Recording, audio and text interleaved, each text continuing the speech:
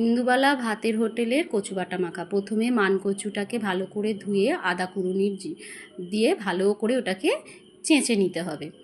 কোড়া যেই হয়ে গেল সেই কোড়াটার মধ্যে অল্প সামান্য একটু নুন দিয়ে সেটাকে ভালো করে হাতে করে মেখে সেটাকে চাপা দিয়ে রাখতে হবে।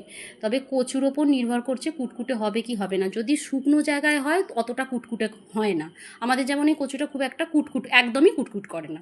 তারপর ওই নুন মাখা কচুটা থেকে ভালো করে ওর ভিতরে যত রসটা আছে চেপে চেপে ওটাকে বার করবেন। বার করা হয়ে গেলে আপনারা মিক্সিতেও দিতে পারেন। আমি শিলপাটাতে বেটেছি, যেহেতু টেস্টটা শিলপাটাতে বাটলে খুব সুন্দর হয়।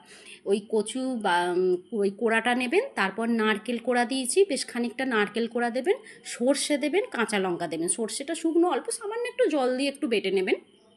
নিয়ে তারপর এই বাটাটা হয়ে গেলে বাটাটার মধ্যে একটু কাঁচা সরিষার তেল আর লবণ, যেহেতু তখন লবণটা দিয়েছি সেরকম বুঝে আপনারা চেখে ভালো করে তারপর আপনারা লবণটা দেবেন।